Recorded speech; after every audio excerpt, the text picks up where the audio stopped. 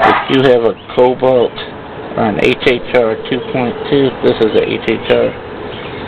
I just installed yesterday the resonator intermediate pipe. I wish I had recorded the installation. And I had to use ramps on the front to be able to have room to do all this. The aftermarket pipe isn't as thick, and then they're pretty bad about rusting, so I primered and painted it the day before and let it dry overnight. Let's see, it's got the rippled bends instead of mandrel, which I'm not a fan of.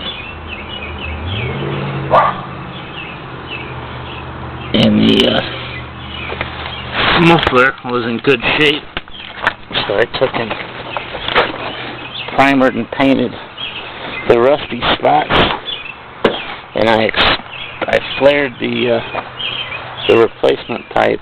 Let's see if it'll see through there. There's some of it right there. You can see it.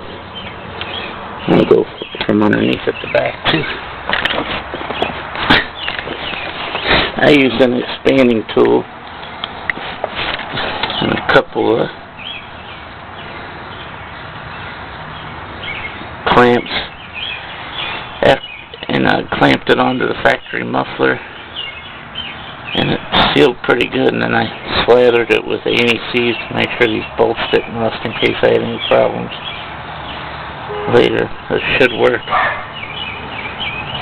Now I'm going to show you what the original pipe looked like, which wasn't too bad.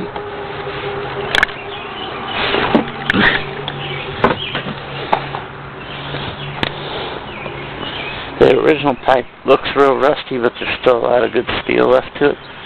The only places it leaks were right here, where these goofy shields, heat shields, were on it.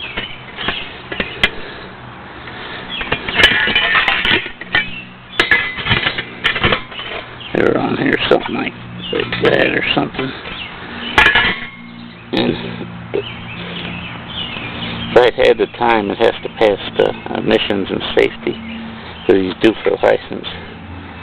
I would have ground this down and primered and painted the factory pipe and used that exhaust wrap that you dip in water to cover these holes, and that would act as like these shields that protected it from heat.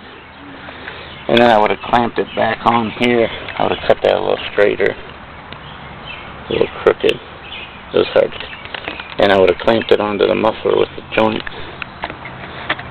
because the original pipe and the replacement pipe, which is this black piece, this is the original.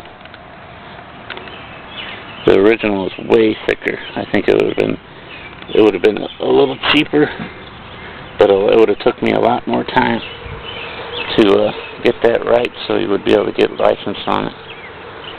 I hope this video helps you. If not, oh well, I'm sorry. But it's still going to be a lot of work no matter what. With these little cars crawling underneath them ain't exactly an easy job. You got to have ramps and use safety equipment. Don't risk it. And also, you have a couple of these little extra jacks.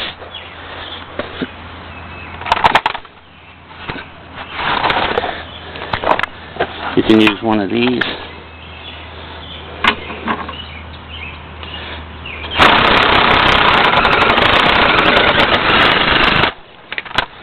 to raise them there and make it a lot easier and make it a lot quicker. So if you have an exhaust leak, they'll try to charge you about $500–600 around here, maybe more in another city, to replace that, and they'll put that same exact pipe on. They won't primer it, won't paint it. They probably won't even, they'll probably just weld it on, so if there's any problems you have trouble taking it off. And they'll charge you $600, and it'll take them 2 days, the same amount of time that I did this. And it cost around, with the paint I used, because I didn't even use all my primer and paint, about $80, maybe $90. Okay. Thank you. Hopefully this helps you.